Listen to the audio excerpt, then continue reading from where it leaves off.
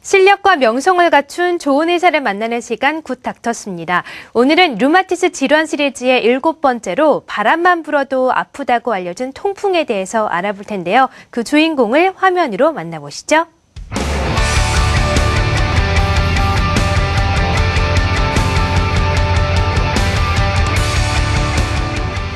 네, 굿 닥터스, 류마티스 질환편의 7번째 주인공이시죠.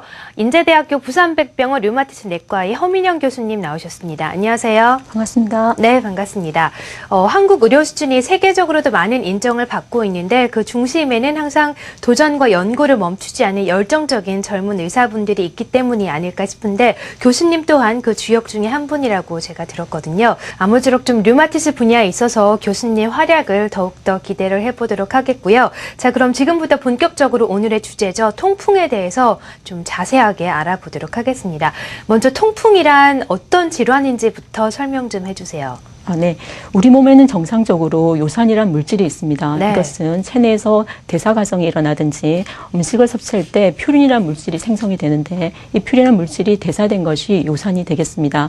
요산은 정상적으로는 콩팥이나 장을 통해서 배설이 되는데 우리 몸에서 과도하게 요산이 많이 생성이 된다든지 퓨린이 과도하게 섭취된 음식을 먹는다든지 또는 배출 기간에 문제가 생기는 경우에 요산의 농도가 과도하게 증가하면서 과요산 혈증이 생기게 됩니다. 네. 이러한 과요산 혈증이 이후에 여러 가지 인자가 작용을 하게 되면 요산의 결정화가 생기게 되는데 이런 요산의 결정이 기관이라든지 조직, 관절이라든지 콩팥과 같은 조직에 쌓이게 되면서 통증이라든지 관절염과 같은 증상을 일으키게 되는데 이것이 통풍이라고 할 수 있습니다. 그러면 평소에 이 혈중의 요산 농도를 좀 주의해서 살펴볼 필요가 있겠어요. 네. 그나저나 최근에 보니까 제 주위에 바람만 불어도 좀 뼘마디가 아프다 이런 분들이 좀 많으신 것 같아요. 특히 최근에 그런 분들이 더 많이 생겼다는 걸 좀 느낄 수가 있는데 최근에 통풍 환자들이 좀 증가하는 추세인가요?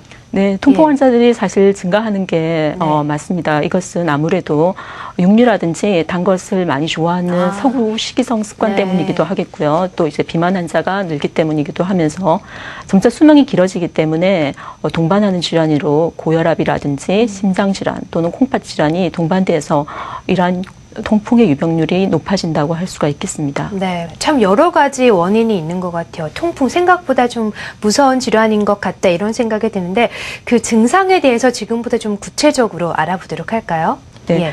통풍의 가장 대표적인 증상이라고 하면 엄지발가락에 생기는 관절염 증상이라고 할 수가 있겠는데요. 엄지발가락 주위가 벌겋게 부어오르고 극심한 통증이 있으면서 열감을 동반하는데 주로 새벽이라든지 밤에 잘 생기는 경향이 있습니다. 물론 엄지발가락 외에도 발목이라든지 발등, 무릎과 같은 하지 관절에 주로 침범을 하게 되고 처음 시작할 때는 한 개의 관절로 침범하는 경향이 있습니다. 네. 이렇게 하면서 24시간 내에 극심하게 통증이 심해졌다가 치료를 하게 되면 3일에서 10일 이후가 되면 좋아지는데요. 통풍이라는 말 뜻이 통이 아프다는 뜻이고 풍이 이제 바람풍인데 바람만 스쳐도 아프다는 병이기 때문에 얼마나 그 통증이 극심한지 예측을 할 수가 있겠습니다. 그렇군요. 또 통풍의 증상 정도를 그 경과에 따라서 단계별로 이렇게 분류를 한다고 들었는데 어떻게 분류가 되는 건가요? 그 증상이? 네, 통풍의 임상 증상은 크게 4가지 시기로 나누어 볼 수 있습니다. 첫 번째가 고요산 혈증 시기인데 대부분의 경우 증상이 없기 때문에 무증상 고요산 혈증 시기라고 부르게 됩니다. 이때 요산 수치가 높으면 높을수록 또 기간이 오래면 오래수록 통풍이 발생할 가능성이 높은데요. 이런 시기가 이제 지나가게 되면 급성 관절염 증상이 생기게 됩니다. 급성 관절염 증상은 앞서 제가 설명을 해드렸고 이외에 이런 급성 관절염 증상은 치료를 하게 되면 증상이 완전히 호전이 됩니다. 그런데 이 환자들 중 일부가 3번째 단계인 간헐적 증상 시기로 넘어가게 되는데요. 네. 간헐적 증상 시기는 관절염 증상이 생겼다가 완전히 호전돼서 증상이 없는 무증상 시기가 되고 또 관절염 증상이 생겼다가 또 무증상 시기가 되고 또 관절염 증상이 생겼다가 무증상 시기가 되는 이러한 증상을 반복하는 시기를 우리가 간헐적 증상 시기라고 하게 됩니다. 네. 이런 간헐적 증상 시기 때 급성 관절염이 지속하게 재발하게 되면 증상 시간이 점점 길어지고 증상 정조도 점점 심해지면서 요산의 결정이 딱딱하게 굳어서 결절이 생기게 되는데 우리가 이 시기를 만성결절성 통풍이라고 부르게 됩니다. 네. 그럼 만성결절성 통풍, 이 만성 통풍에 대해서 좀 자세하게 설명을 해주시죠. 네. 예. 만성 통풍에서는 통풍성 결절이 가장 큰 특징입니다. 그래서 딱딱한 통풍의 덩어리가 형성이 되는데 급성 통풍 관절염 같은 경우는 엄지발가락이라든지 하지 관절에 주로 침범하는 데 비해서 만성 결절성 통풍 때는 손가락이라든지 팔꿈치, 심지어는 귓바퀴 등에서도 이제 통풍의 덩어리가 생기게 됩니다. 이때 가장 큰 문제가 되는 것은 네. 관절에 통풍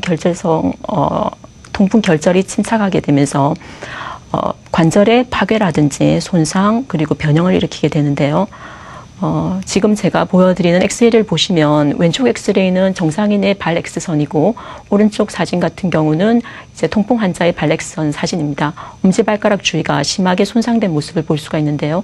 이러한 사진은 만성 결절이 정상적인 관절을 대체한 모습이라고 볼 수 있습니다. 네. 이렇게 만성 결절성 통풍에서는 관절을 파괴하는 기능을 하기도 하지만 신장에서 만성 결절성 통풍이 침착되어서 신장의 기능을 저하시키기도 합니다. 네. 그럼 이렇게 만성 결절이 되기 전에 올바른 치료를 하는 게 참 중요한 것 같은데 또 치료를 하기 위해서는 정확한 진단이 필요하잖아요. 이 통풍의 진단은 어떻게 이루어지고 있나요? 네, 통풍의 확진은 부어있는 관절에 관절액을 뽑아서 네. 요산을 현미경으로 보는 것이 가장 확실하게 진단할 수 있는 방법입니다. 예. 하지만 엄지발가락 같은 경우는 관절이 무척 작고 그다음 임상 증상이 전형적인 경우는 굳이 관절액을 뽑아서 진단할 필요가 없기 때문에 전형적인 임상 증상이 있는 경우는 임상 증상만으로 충분히 진단이 가능합니다. 말씀해 주신 것처럼 정말 통풍의 치료가 정말 중요한 것 같은데 통풍의 치료가 어떤 단계로 이루어지는지 구체적으로 좀 설명 좀 부탁드릴게요. 예, 통풍의 치료는 크게 이제 급성 통풍 시기와 만성 통풍 시기 두 가지로 나누어 볼서 생각할 수 있는데요. 네. 급성 통풍 같은 경우는 심한 통증을 특징으로 하고 만성 통풍 같은 경우는 이제 결절을 특징으로 한다고 말씀을 드렸습니다. 이런 급성 통풍 시기 때는 통증과 염증을 치료하는 것을 주 목표로 하고 네. 만성 결절이 있을 때는 고요산 혈증을 조절하는 요산 강화제를 쓰게 됩니다. 예. 그런데 환자분들 같은 경우에 급성 통풍 시기 때는 통증이 있으니까 당연히 이제 치료를 잘 받으시는데요. 급성 통증 시기가 지나고 나시면 증상이 완전히 조절되기 때문에 네. 환자분들이 약을 먹는 걸 꺼리시는 분들이 꽤 많습니다. 이 중에서 만성 결절성 통풍으로 발전할 가능성이 높은 환자분들은 반드시 꾸준하게 치료를 받으셔야 되는데요. 환자분들 같은 경우에 일부에서는 요산 강화제를 드시지 않고 보관해 두셨다가 급성 증상이 생겼을 때 이제 임의대로 예. 이제 약을 복용하시는 경우도 있으시거든요. 네. 근데 급성 통풍 때 쓰는 약과 만성 통풍 때 쓰는 약은 역할도 다르고 성분도 다르기 때문에 환자분들께서 임의로 복용하지 마시고 반드시 주치의에 의논하셔서 약을 드시는 것이 좋겠습니다. 네. 자, 정말 통풍, 올바른 질환의 치료를 위해서 이 환자와 전문의의 신뢰를 바탕으로 꾸준한 치료가 중요하지 않나 이런 생각이 듭니다. 오늘은 통풍에 대해서 허민웅 교수님과 자세하게 이야기를 나눠봤는데요. 마지막으로 시청자분들께 당부하고 싶은 말씀이 있다면서요? 네. 네. 음식은 통풍을 악화시키는 가장 중요한 인자 중에 하나입니다. 그래서 환자분들께서 이제 금하셔야 될 음식도 있고 또 이제 조절하셔야 되실 음식도 있고 드시면 좋은 음식들도 있는데 그림을 보시면 맨 그림의 윗줄에는 환자분들께서 드실 수 있으시면 이제 드시지 말으셔야 하는 그림들이 있습니다. 네. 내장류를 포함한 육류 그리고 술, 더 단맛을 내는 소다가 포함된 음식은 드실 수 있으면 안 드시는 게 좋겠고 환자분들이 드시면 좋은 음식으로는 물이라든지 저지방 유제품 그리고 채소류 등이 있는데요. 여기서 반드시 명심하셔야 될 것은 아무리 시기로 잘 조절을 한다고 하더라도 요산 수치는 1 정도만 감소하는 것으로 알려져 있습니다. 그래서 잦은 재발을 하신다든지 네. 요산 수치가 너무 높으신 경우에는 내가 시기로 충분히 조절이 가능해 라고 생각하지 마시고 요산 강화제를 빨리 복용을 하셔서 건강한 관절과 건강한 콩팥을 지키는 것이 자신의 건강을 돌보는 지름길이라고 할 수가 있겠습니다. 네, 정말 환자분들도 많은 노력이 필요한 것 같습니다. 네, 굿 닥터스 류마티스 편 다음 시간에는 류마티스 관절염의 오해와 진실에 대해서 알아보도록 하겠습니다. 지금까지 허민영 교수님과 함께했습니다. 교수님 감사합니다. 네, 감사합니다.